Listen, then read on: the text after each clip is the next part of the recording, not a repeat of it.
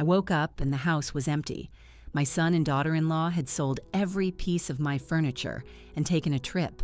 "She deserves Rome, Mom," he had said. I just smiled.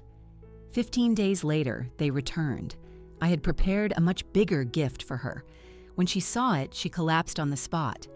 "My name is Eleanor. I'm 69 years old." And that Tuesday morning began like every other morning had for the past few months, with the heavy silence of someone living in their own house, but feeling completely invisible in it. I opened my eyes slowly.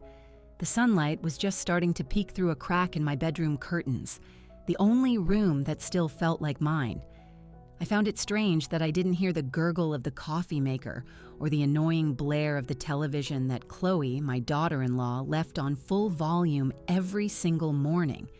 Nothing. Just silence. A silence that sent a chill right down my spine. I got out of bed with that ache in my back that only those who've passed 60 truly understand. I slipped on my worn-out slippers and walked to the bedroom door. I opened it slowly. The hallway was dark. Odd. Normally, Chloe would already be awake, filling the house with that cloying perfume of hers and leaving her things scattered everywhere. But there was nothing. Absolute silence. I went to the living room, and that's when my heart plummeted. The living room was empty, completely empty. The sofa where my late husband Arthur used to sit to read the Sunday paper was gone. The jacaranda bookshelf I inherited from my grandmother, filled with books and family photos, was gone. The Persian rug we bought together on a trip to Chicago 30 years ago was gone. Even the painting of the Last Supper that had always hung on the main wall was gone. My breath caught in my throat. I ran to the kitchen. Empty. The solid wood table where I raised my son Leo, where he did his homework, where we celebrated birthdays, was gone.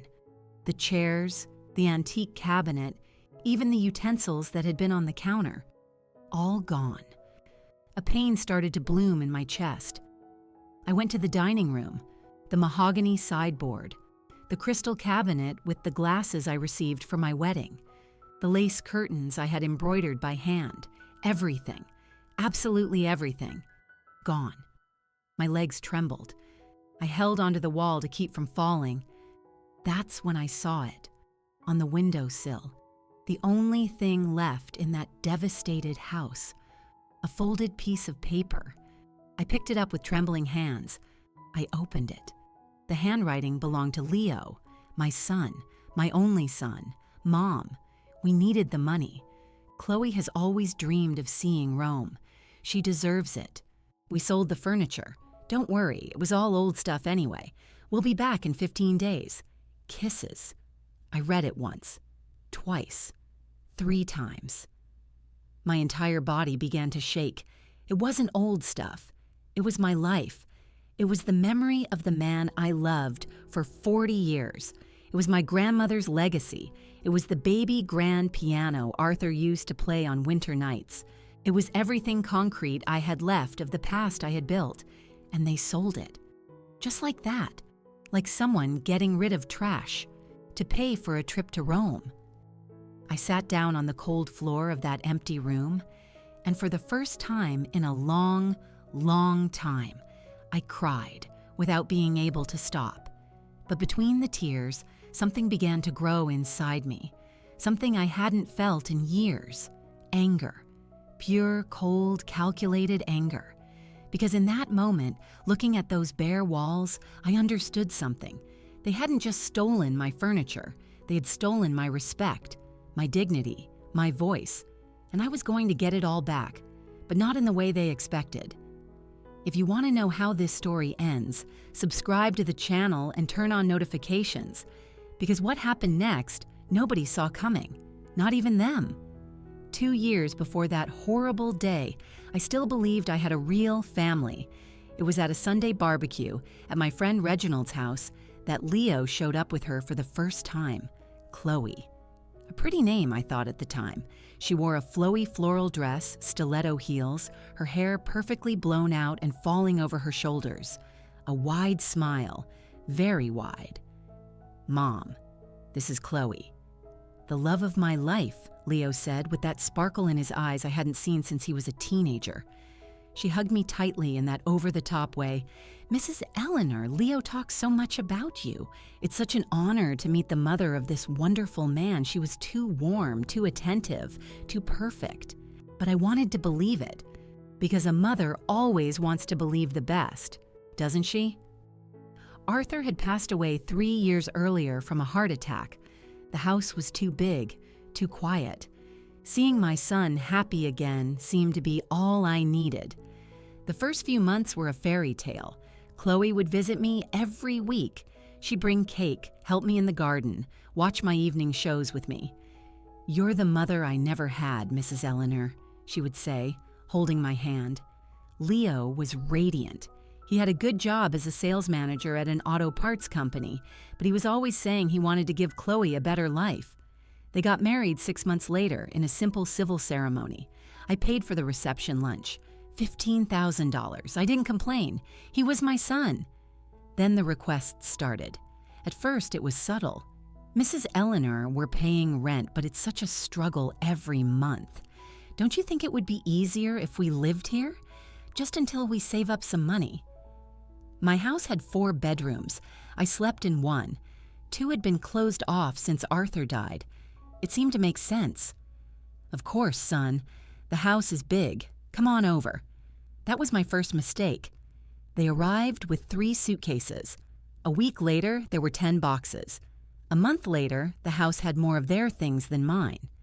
Chloe started to organize the spaces. "Mrs. Eleanor, this sofa is so old, isn't it? What if we move it to the back room and buy a more modern one for the living room?" I hesitated. That sofa was where Arthur and I used to watch movies on Saturdays. But Chloe smiled so sweetly, insisted with such gentleness. "It's just to freshen things up, mother-in-law. You deserve a prettier house." I agreed, and the sofa was moved to a corner. Next was the kitchen table. Too big, takes up space. They replaced it with a smaller one. Then the curtains. Old-fashioned color, Mrs. Eleanor. "Let's modernize?" Then the paintings. Too heavy for the wall. Every piece of mine was being pushed aside, hidden, replaced. And me? I let it happen. Because I didn't want to be the annoying mother-in-law, the meddling mother, the stubborn old woman. Until one day I walked into the living room and didn't recognize anything anymore. Leo was working more and more. He left early, came home late. When I tried to talk to him about the changes, he would sigh, tired. "Mom, Chloe is just trying to help. You need to understand she has modern taste. Just relax, relax." It was always that, relax. And the requests for money began. "Mrs. Eleanor," the car broke down. "Can you lend us $5,000? We'll pay you back next month." They never did. "Mother-in-law, Chloe needs urgent dental work. $15,000. It's for her health, right?" I paid, never saw a receipt. "Mom, the company is late with my salary. Can you help with $10,000 so we don't fall behind?" I helped. I always helped. In total, over those 2 years, I lent them $35,000 that never came back. And with every loan, Chloe became more comfortable, more in charge, more powerful. I started to be treated like a visitor in my own home. "Mrs. Eleanor, could you have dinner in your room tonight? We're having some friends over in the living room." Or, "Mother-in-law, please don't touch my things in the kitchen." My bedroom became my only territory. The rest of the house belonged to them. Until that final request came, the last one. "Mom," Leo said, serious, sitting on my bed. Chloe was at the door, arms crossed, watching. "We need some money. It's important to invest in a business." "How much?" I asked, tired. $20,000. I swallowed hard. "Leo, I've already lent you so much. You haven't paid anything back yet." Chloe sighed loudly. Leo looked away. "Mom, we've always taken care of you. We live here. We help with the bills." They helped with the bills. I paid for water, electricity, gas, internet, food, everything. But I didn't say anything because I had already learned. My voice didn't matter anymore. I refused the $20,000, and the house grew cold. A week later, I woke up on that Tuesday, and they had taken everything. No one wakes up one day and realizes they've lost their own home. It happens slowly, so slowly that by the time you finally see it, it's already too late. For the first 3 months after Leo and Chloe moved into my house, I still felt at home. I'd have my coffee in the kitchen, watch television in the living room, water my plants in the garden. Life went on. But then, the subtle changes began. Chloe always woke up before me, and when I came downstairs for coffee, she was already there, in charge of everything. Coffee her way, toast her way. Even the arrangement of the mugs in the cabinet had changed. "Good morning, mother-in-law." "Oh, sorry, I reorganized in here. It was just so cluttered. My kitchen, the way I had organized it for 40 years, was cluttered to her." I swallowed hard. I smiled. "It's all right, dear." But it wasn't all right, because the next day when I went to get my favorite mug, that white porcelain one with blue flowers that Arthur gave me on our 20th anniversary, it wasn't there. "Chloe, have you seen my mug?" "Oh, that old thing. It was cracked. I threw it out. I bought you a new one. Look, it's modern." Cracked. It wasn't cracked. It was perfect. But she had already thrown it away, and she hadn't asked my opinion. That's when I realized she wasn't helping. She was taking over. In the weeks that followed, it was like watching an invasion in slow motion. Chloe redecorating just a small corner of the living room, then the entire living room, then the hallway. My hand-embroidered cushions disappeared. "Oh, mother-in-law, I donated them to a thrift store. They were so old-fashioned. Old-fashioned. I had made those with my own hands. The linen curtains I inherited from my mother were replaced with plastic blinds. More practical, Mrs. Eleanor. The rugs we bought on our travels were rolled up and thrown in the back room. They collect too much dust. My things were being pushed aside, squeezed out, hidden, until they disappeared completely. And me? I retreated more and more into my bedroom because every time I came out, Chloe was there, changing, organizing, erasing my presence from that house. Even my family photos started to disappear from the walls. "I put them in an album for you. It's stored away safely." The wall was just too cluttered. My family was visual clutter to her. Leo? Oh, Leo had become a ghost. He left for work at 7 in the morning, came back at 10 at night, ate dinner, took a shower, slept. The end. On weekends, he was glued to his phone or out with Chloe running errands. When I tried to talk to him about the changes, he'd cut me off impatiently. "Mom, Chloe is just trying to help. You're being stubborn." Stubborn? I was stubborn because I wanted my house the way it had always been. I started to feel small, erased, like I was the intruder, and the requests for money kept coming, always with Chloe's sweet little voice, or with Leo approaching all sheepishly. "Mother-in-law, can I ask you for something? I need some money for some tests. Mom, we're tight this month. Can you help with $3,000?" And I helped, always. Because that's what mothers do, right? We always think we're helping our child. But after $35,000 lent and never returned, I saw the truth. I wasn't helping. I was being used. It was on a Friday night that everything became crystal clear. I was in my room reading. I heard laughter coming from the living room. Chloe was on the phone with someone. I left the door slightly ajar, not meaning to eavesdrop, but her voice was too loud. "No, girl, everything's on track. The old lady is a pushover. She gives us whatever we ask for." "Oh, the house? It's practically ours already. She just sleeps in one room. I run the rest of it." "No, she won't do anything. She's one of those old women who's terrified of being alone, you know? Leo is her whole world. She won't risk losing her son." My blood ran cold. I heard everything, every word, every laugh. And in that moment, my hands trembling as I held the book, I understood that I was no longer the owner of that house. I was no longer a respected mother. I was nothing. I was the soft old lady getting in the way of their plans. I closed the door quietly, sat on the bed, took a deep breath. And for the first time in months, I felt something other than sadness. I felt shame. Shame in myself. For letting it get this far. For accepting every humiliation in silence. For believing that a mother's love meant accepting anything. But along with the shame came a spark of something stronger. Dignity. I was not going to be the soft old lady anymore. I didn't know how yet, but I was going to fight back. I just needed the right push.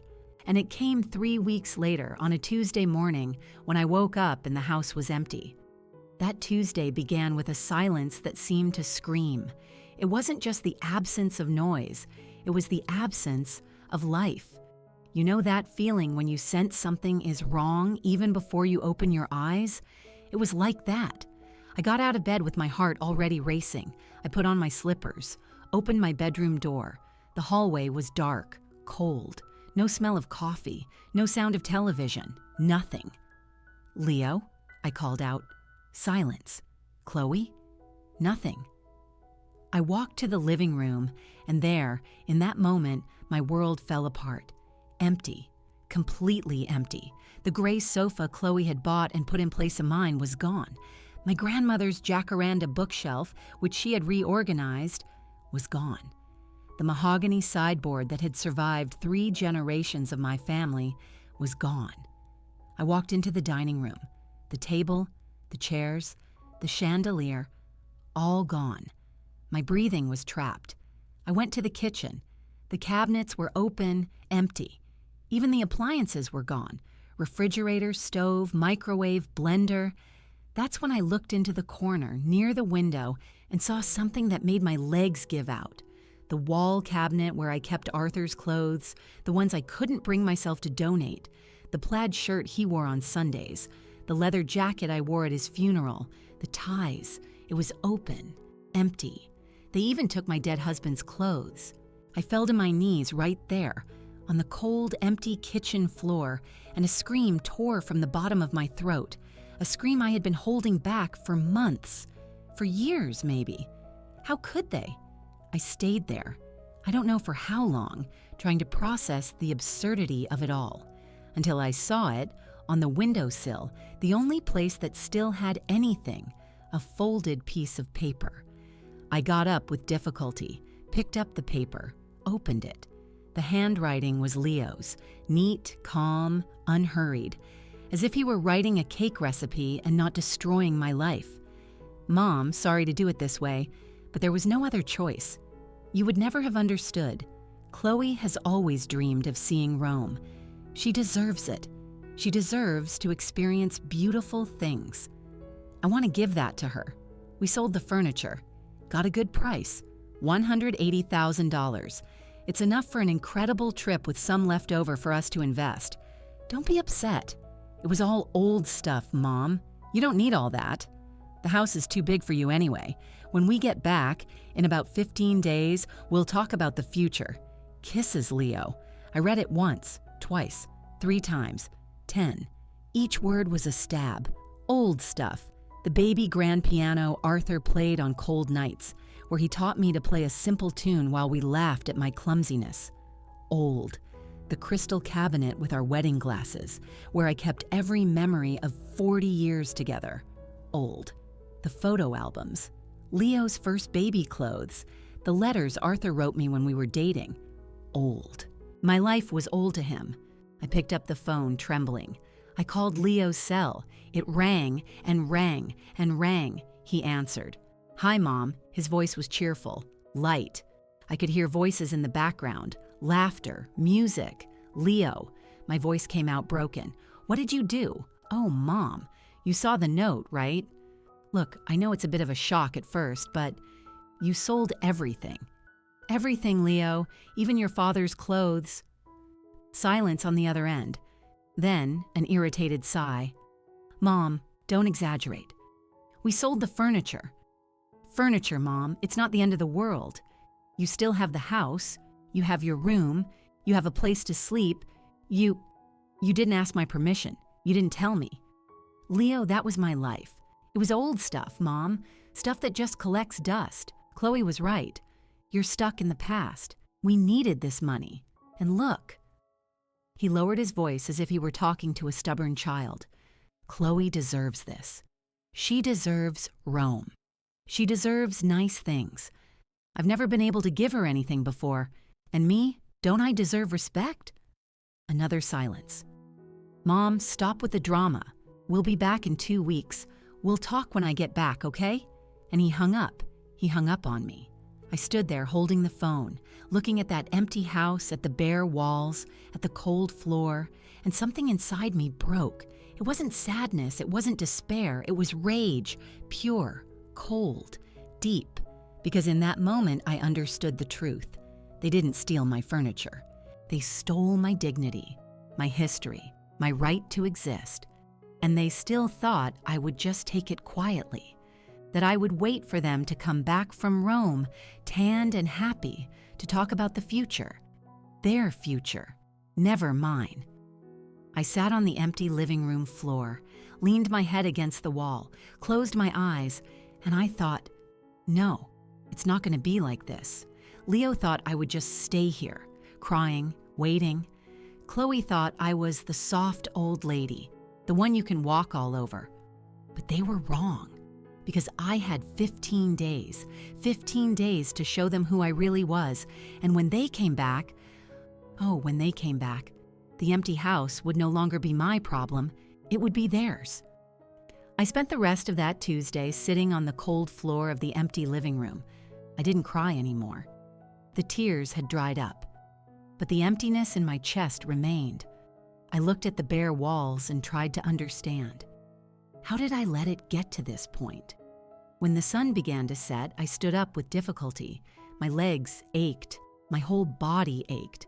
I went into the bathroom, washed my face, looked in the mirror. The woman staring back at me seemed to have aged 10 years overnight. I picked up the phone again. I had to do something. I couldn't just sit here. I called the police department. Good evening. Good evening. I need to file a report. My house was robbed. My furniture was sold without my permission. Ma'am, can you come down to the station? Yes, I can. I went. I took a taxi, because even my old car had been borrowed by Leo 6 months ago and never returned. At the station, an officer listened to me with that tired look of someone who has seen it all. I told him the story. He took notes, slowly. When I finished, he sighed. Look, Mrs. Eleanor, technically, he's your son. He lived in the house. By law, it's not exactly theft. It's a family matter. What do you mean it's not theft? He sold everything without my consent. I understand, ma'am, but without a revoked power of attorney, without proof of coercion, it's difficult. The best thing is to handle this in civil court. You should get a lawyer.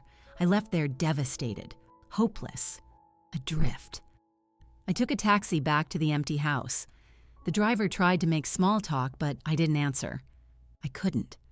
When I entered the house again, the silence was even worse. Because now I knew. No one was going to help me. No one was going to get justice for me. I sat on the edge of my bed, the only thing they hadn't taken, because it was where I slept, and I just stayed there, staring into nothing. That's when I heard the doorbell ring. I got up slowly, suspiciously. I opened the door. It was Martha, my neighbor of over 20 years, short gray hair and a bun, thick glasses. She was holding a container of food. Eleanor, for heaven's sake, what happened here? I saw a moving truck last night. I thought it was strange. They sold everything, Martha. Her face went pale. Sold? What do you mean sold? Leo and Chloe took everything, sold it, and they went to Rome. Martha walked in without asking. She looked at the empty house and put a hand to her mouth, shocked. Jesus Christ, Eleanor, this is absurd. Did you go to the police? I did. They said it's a family matter, that I have to resolve it with a lawyer. She shook her head, indignant. She put the food on the kitchen counter, pulled a plastic chair in from the patio, and made me sit. Eat. You need to eat. I obeyed. I couldn't even taste the food, but I swallowed. Martha stood there, looking at me with an expression that mixed pity and rage. Then she said something that changed everything. "Eleanor, there's something you need to know." I looked up. About Chloe. My heart sped up. "What?" Martha pulled her chair closer, lowered her voice as if the walls could hear. "A few months ago, I was at the supermarket. I overheard two women talking in the cleaning aisle. One of them mentioned a young woman who had scammed her own mother, sold all the furniture from the old lady's house, and disappeared with the money. The girl's name was Chloe. My blood ran cold. I didn't think much of it at the time. I thought, there must be more than one Chloe out there. But then, when I saw her coming out of your house, always so dressed up, spending money like it was water, I started to get suspicious. Eleanor, look up her name on the internet. Chloe Christina Morris. Look it up." I grabbed my phone with trembling hands, opened the browser, typed in her full name, and what appeared made me gasp for air. News articles, several of them. Woman investigated for elder fraud in Phoenix. Daughter-in-law sells mother-in-law's assets and disappears with cash. Family denounces scammer, posing as caring daughter-in-law. I clicked on one of the articles, and there she was. Her photo, Chloe, younger, different hair, but it was her. The article said she had pulled the same scam on at least 3 families. She'd come in as the girlfriend, gained their trust, got married, moved into the house, sold everything, and vanished. The last victim had been her own mother, a 72-year-old woman who was left with nothing. She had reported her daughter. But Chloe fled to another city before the police could act, and that other city was here, where I lived, where she met my son. I felt the room spin. She did this to her own mother. "She did," Martha affirmed, "and now she's done it to you." I was silent, processing, trying to understand. Did Leo know? Was it possible that my own son knew and went along with it anyway? Or was he just another one of her victims, a lovesick fool, blind, manipulated? It didn't matter, because in that moment, looking at those news articles on my phone screen, something inside me woke up. It wasn't just anger anymore, it was determination. Chloe thought I was just another defenseless old woman, another easy victim. She was wrong, because I had 15 days until they came back. And I wasn't going to waste a single second. I looked at Martha. "Can you help me?" She smiled, a small, firm smile. You can bet on it. And it was right there, in that empty kitchen, with the only neighbor who cared, that the plan began to form. They had taken everything from me, but they forgot one thing. I still had my mind, my will, and resources they couldn't even imagine. When Leo and Chloe returned from Rome, they weren't going to find the soft old lady crying in a corner. They were going to find a woman who had prepared the biggest gift of their lives, and that gift was going to hurt, a lot. On Wednesday morning, I woke up with a sense of purpose I hadn't felt in years. It wasn't blind rage anymore. It was clarity, coldness, strategy. I showered, got dressed, put on lipstick for the first time in months. I looked in the mirror and told myself, you have 14 days. Use every minute. The first call was to Mr. David Sterling, a lawyer Arthur had known for decades. He had helped with the estate when my husband died. He was serious, competent, direct. Eleanor. It's been a while. How can I help you? I told him everything, from beginning to end. The silent invasion, the loans, the sale of the furniture, the trip to Rome. He listened in silence, only interrupting to ask specific questions. When I finished, he took a deep breath. Eleanor. Legally, this is complicated. He's your son. He lived in the house. There was no revoked power of attorney or formal division of assets. But what? Whose name is the house in? Mine. Only mine. When Arthur died, he left everything to me. Leo was never on the deed. Silence on the other end of the line. So the house is entirely yours. No part of it belongs to Leo. Is that correct? Yes. And what assets do you have besides the house? I took a deep breath. It was time to reveal what not even Leo knew. I have a savings account that Arthur left. He didn't include it in the will because he had opened it secretly as an emergency reserve. $450,000. I heard Mr. Sterling catch his breath. Eleanor. Does your son know about this? No. I never told him. Arthur made a point of keeping it separate precisely so I would have security. He always said, Eleanor, if you ever need to start over, use this. I see. And what is the house worth on the market today? The last appraisal 2 years ago was $800,000, but the neighborhood has appreciated. It should be close to $950,000 now. Silence again. Then Mr. Sterling spoke slowly. Eleanor, I'm going to be direct with you.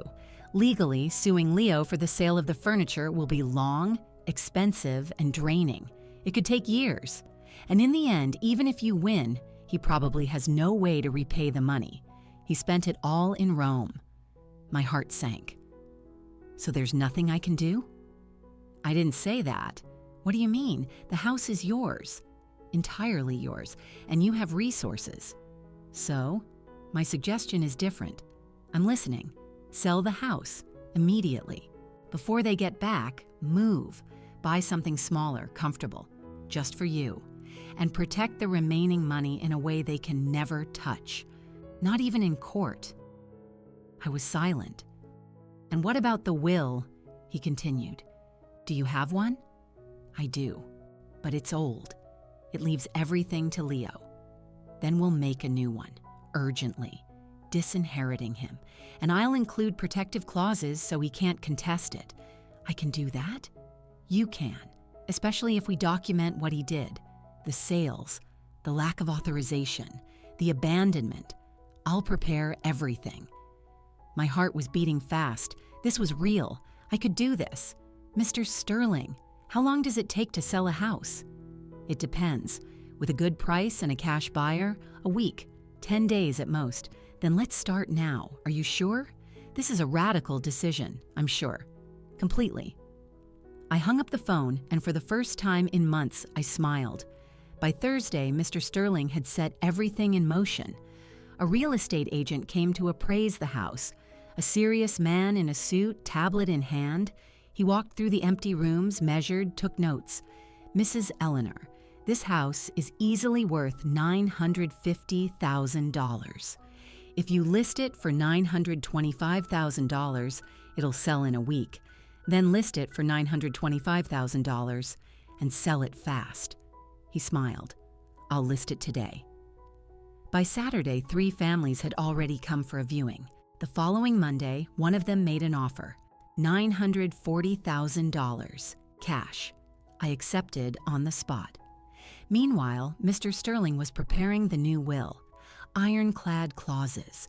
Leo was officially disinherited with documented justifications, material abandonment, unauthorized sale of assets, misappropriation. But Eleanor, he said, for this to have full weight, you need to prove everything. Can you get proof? I can, I said confidently, because Martha had given me an idea. I sat with her in the empty kitchen that Tuesday night. She brought her old laptop. Eleanor, does Chloe have social media? She does, Facebook and Instagram. Then let's go. We opened her profile, and what we saw was revolting. Photos, dozens of photos in Rome, her at the Colosseum, him at the Trevi Fountain, fancy dinners, shopping sprees at designer stores, daily stories. And the caption on one of them read, "Finally living my dreams. After so much sacrifice, life is rewarding me. Rome, I love you. Sacrifice." She called robbing my house a sacrifice. Capture everything, Martha said. Screenshot every photo, every caption, every date. We did it. We created a complete digital folder. Then Martha showed me the old news articles about Chloe. We printed everything. Police reports from other victims, testimonies, photos. This is gold, Eleanor. It proves she's a repeat offender. Mr. Sterling received everything. He put together a dossier, and he filed a formal police report against Chloe and Leo. Misappropriation, elder fraud, emotional distress. It won't get them arrested on the spot, he said, but it will weigh heavily, very heavily. On Friday of the second week, the house was sold. $940,000 deposited into my account. I bought a condo in the next neighborhood over, smaller, 2 bedrooms, a balcony with a park view, modern, comfortable. Ours. I mean mine. It cost $400,000. I had $540,000 left. Added to the $450,000 from the savings account, I had $990,000. Mr. Sterling helped me invest it all in a protected way, trust funds in my name, with clauses that prevented any attempt at seizure or forced division. Not even if he sues for emotional abandonment can he touch this, Mr. Sterling assured me. In the last 3 days before they returned, I moved. New furniture, simple but beautiful. A beige linen sofa, a round wooden dining table, shelves full of new books, paintings I chose. Everything new, everything mine. Martha helped me organize everything, and on the last day she prepared a special gift for Chloe, a binder, thick, organized, with colored dividers. Inside, copies of the news articles about her scams, prints of the Rome photos, a copy of the police report, a copy of the new will, a copy of the deed to the house, sold, a formal legal notice demanding the return of the $180,000. When she opens this, Martha said, smiling, she'll fall over. I smiled too, because for the first time in years, I was in control. The night before they arrived, I sat on the balcony of my new apartment, sipping chamomile tea. I looked at the city lights below. I took a deep breath, and I thought, tomorrow they come back. And they'll discover that the soft old lady woke up. The call came at 3:30 in the afternoon that Monday. I was on my apartment balcony sipping a cup of tea when my cell phone vibrated. Unknown number. I answered. Hello? Mom, for God's sake, answer me. It was Leo. His voice was desperate, high-pitched, broken. I could hear the sound of wind, cars, horns in the background. He was on the street. I'm listening, Leo. Mom, what's going on? We got to the house and there are people living there. Some strange family answered the door. They said they bought the house. This is crazy, right? Someone broke in, Mom. Call the police.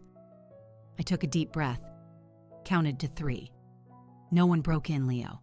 I sold the house. Silence on the other end, a silence so heavy I could almost hear his world collapsing. Wow. What? I said, I sold the house. $940,000. Cash. The deal closed a week ago. You can't have done that. That house is ours. It's the family's. My voice came out icy, firm. It was mine, Leo. Only mine. You were never on the deed. And family? Family doesn't sell their own mother's furniture to travel to Rome. I heard his breathing quicken. Then Chloe's voice in the background, hysterical. What? What did she do? Leo was panicking. Mom, wait, we can talk about this. It was a mistake, okay? We weren't thinking straight. But you can't sell the house. Where are we going to live? That's no longer my problem. What do you mean it's not your problem? I'm your son, and I was your mother. But you treated me like trash. Chloe snatched the phone from him.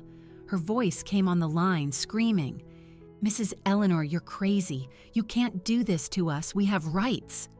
Rights? I replied with a calmness that even scared me. You have the right to return the $180,000 you stole from me. You have no right to anything else. You're going to regret this. We'll sue you. I hung up, blocked the number. My hand didn't tremble. My heart didn't race. I was at peace. 15 minutes later, my apartment buzzer rang. I looked through the peephole. It was them. Leo, backpack on, his face red from crying or yelling, I couldn't tell. Chloe beside him, wearing huge sunglasses, her lipstick smudged, a furious expression on her face. I opened the door but left the security chain on. Mom, for the love of God, let us in. We need to talk. There's nothing to talk about, Leo. Chloe pushed him aside. Mrs. Eleanor, you're out of your mind. You sold the house without telling us? That's illegal. It's not. The house was mine, entirely mine. I have the right to sell it whenever I want. But we lived there. You lived there as guests, without a contract, without paying anything, and in return, you sold my belongings. Leo tried again, with that whining boy voice he used when he wanted something. Mom, please. We messed up, okay? We messed up. But you can't do this. Where are we going to sleep tonight? I don't know. Maybe a hotel, with the money left over from the $180,000 you took. Chloe exploded. You're a cruel old woman. You've always been this way. Selfish, disgusting. I looked her right in the eyes, and I smiled. I have a gift for you, Chloe. What gift? I grabbed the black binder that was on the table near the door. I passed it through the crack. Leo took it, confused. What is this? Open it. He opened it. He started to flip through the pages, and his face began to lose its color. Chloe snatched the binder from his hands. She started to read. She turned the pages, saw the prints from Rome, the news articles about her scams, the police report, the legal notice, the deed to the house, sold, and when she got to the last divider, when she saw the copy of the will, she turned white, completely white. This can't be true. It is, and it's all legally registered. You have 15 days to return the $180,000. If not, I'm filing criminal charges, misappropriation, fraud, emotional distress. It carries a sentence of 3 to 5 years in prison. Chloe started to shake. Her legs gave way, and then she fainted. She fell backward in the building's hallway, hitting her head on the floor. Leo screamed, "Chloe! Chloe!" I didn't move. I just stood there, watching. A neighbor came out of the apartment next door, startled. "Should I call an ambulance?" "You can," I said calmly. Leo looked at me, desperate, tears streaming down his face. "Mom, help! Do something. I already have, Leo. I helped myself." And I closed the door. I stood on the other side, listening to the noise. Leo crying, Chloe groaning as she came to, the ambulance arriving, the voices of neighbors, the confusion. But I didn't open the door again. Not because I was cruel, but because finally, after years of being walked on, humiliated, disrespected, I had chosen myself. 2 hours later, I received a text from an unknown number. It was from Leo. "Mom, Chloe is in the hospital. She had a panic attack. The doctors say it's serious. Please, we need money for the treatment. I'm begging you. We'll pay everything back. Just help me this one time." I read it, reread it, and blocked the number because I had already helped. Too much, and I had never gotten anything in return. Only contempt. That chapter of my life was over. I sat on my new sofa, turned on the television, made a simple dinner. Rice, beans, a grilled chicken breast. I ate slowly, looking out the window, the city lights outside, life moving on. And I thought, I survived. It wasn't victory. It wasn't revenge. It was freedom. The next morning, Tuesday, I woke up with the sun streaming through my bedroom window. For the first time in months, I didn't wake up with that weight on my chest. I didn't wake up thinking, what will they do today? Or will I have any peace? I woke up light. I had a peaceful breakfast. Toast with butter, freshly brewed coffee. I sat on the balcony in my robe, watching the city wake up. And it was there, in that moment of peace, that the buzzer rang again. It wasn't even 9 in the morning. I looked through the peephole. Leo, alone this time. Deep dark circles under his eyes, unshaven, wrinkled clothes. He looked like he had aged 10 years overnight. I hesitated, but I opened the door, without removing the chain. "What do you want, Leo?" He looked at me with those red, swollen eyes. "Mom, I just want to talk. 5 minutes. Please." I was silent, thinking. Then I unhooked the chain, opened the door. He walked in slowly, looking around. He saw the new furniture, the clean decor, the plants on the shelves, the paintings on the wall. You've redone everything. I've redone my life, Leo, the one you too tried to destroy." He hung his head, sat on the sofa without asking, as if his legs couldn't hold him anymore. He covered his face with his hands and began to cry. It wasn't a manipulative cry. It was the cry of someone who had finally understood the mess they'd made. I remained standing, arms crossed, watching. "Mom, I'm an idiot. I'm a complete idiot." I didn't answer. I let her control me. From the very beginning. Chloe. She knew exactly what to say, how to say it. She made me believe that you were the problem, that you were old-fashioned, that you were holding us back. And you believed her. I believed her, he cried out in despair. Because I'm weak, because I was lonely. Because after Dad died, I felt so lost. And she showed up and she made me feel important again. Silence. He wiped his face with the sleeve of his shirt, took a deep breath, and continued, his voice broken. "When we got back from Rome yesterday, when I saw that strange family in our house, I panicked. But it wasn't about the house. It was because I realized you were right all along. We did a horrible thing. And Chloe..." He stopped, swallowed hard. "Chloe what?" I asked coldly. "She's gone." "What do you mean, gone?" "She left the hospital in the middle of the night, grabbed her backpack, and disappeared. Left a note saying she wasn't going to stick around to pay for the consequences. She left me, Mom." I looked at him, and I didn't feel pity. I felt nothing. "So, you finally understand who she was." Leo nodded, crying. "I read that binder you gave us. I saw the news articles, the scams, what she did to her own mother. My God, Mom, I brought that woman into our house. My house," I corrected. "And yes, you did." He looked at me with desperation. "Mom, I know I don't deserve forgiveness, I know. But please, please help me. I have nowhere to go. I have nothing. You have the money from Rome. What's left of the $180,000? There's nothing left, Mom. Chloe spent it all. Expensive hotels, restaurants, shopping. She said we deserved it, and I let her. Because I'm an idiot." I took a deep breath, went to the kitchen, got a glass of water, drank it slowly, came back to the living room. "Leo, what do you want me to do? Let me stay here just for a few days until I get organized, until I find a better job, save some money." "No." He blinked, shocked. "What?" I said, "No, you are not staying here." "But Mom." "No, Leo." My voice was louder than I expected. "You left me alone in that empty house. You sold your father's memories. You treated me like I was nothing. And now you want me to take you in, as if nothing happened? I'm sorry. Sorry doesn't bring back your father's piano. It doesn't bring back my grandmother's crystal cabinet. It doesn't bring back Arthur's clothes that you sold like they were rags." He stood up, desperate. "Mom, I'm begging you, sit down." He sat. I went to my room, got another binder, smaller than the other one, came back to the living room, placed it on the coffee table in front of him. "What's this?" "Open it." He opened it. Inside was a copy of the new will, the handwritten letter I wrote, and one more thing, a document from Mr. Sterling. "You're disinherited, Leo, officially, registered, irreversible.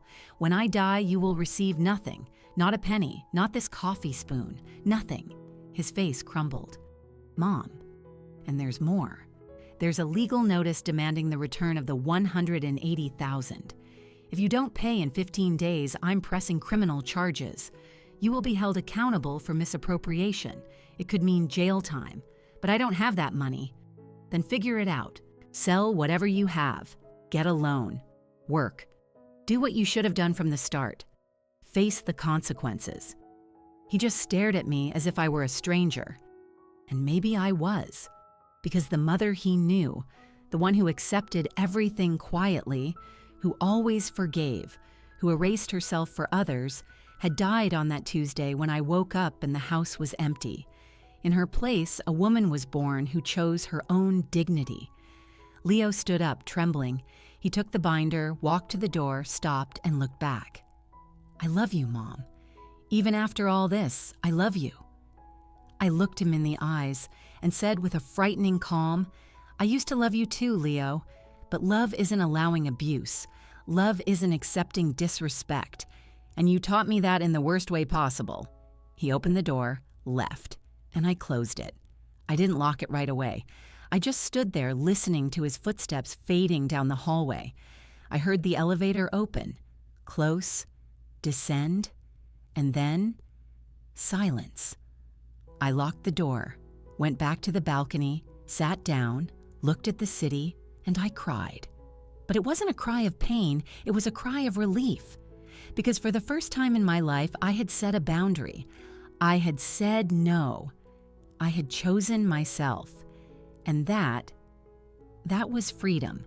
If you're listening to this right now and you've ever been through something similar, if you've been disrespected, manipulated, or used by those who were supposed to protect you, I want you to know one thing. You are not obligated to accept it. You are not cruel for setting boundaries. You are not wrong for choosing your own peace. I spent 69 years of my life believing that being a good mother, a good wife, a good person meant erasing myself, accepting everything, always forgiving. But I learned, in the most painful way possible, that's not true. Being good isn't being a doormat. Being loving isn't being a fool. And setting boundaries isn't selfishness. It's survival. Today I look in the mirror and I see a woman who respects herself, who values herself, who knows her own worth. And that is priceless. They took my furniture. They thought they were taking everything from me, but they forgot one thing. They could never take my essence, my strength, my ability to be reborn. And when I finally understood that, when I finally got up off that cold, empty floor, I wasn't broken anymore. I was free. What about you? Have you ever had to choose between pleasing someone and respecting yourself? Have you had to set boundaries with someone you love?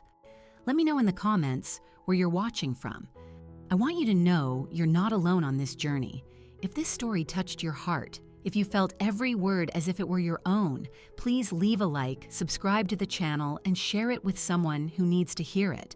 Because stories like this aren't just mine. They belong to all of us who one day had to choose between sinking or flying, and I chose to fly. My name is Eleanor. I'm 71 years old, and this is the story of how I learned it's never too late to start over.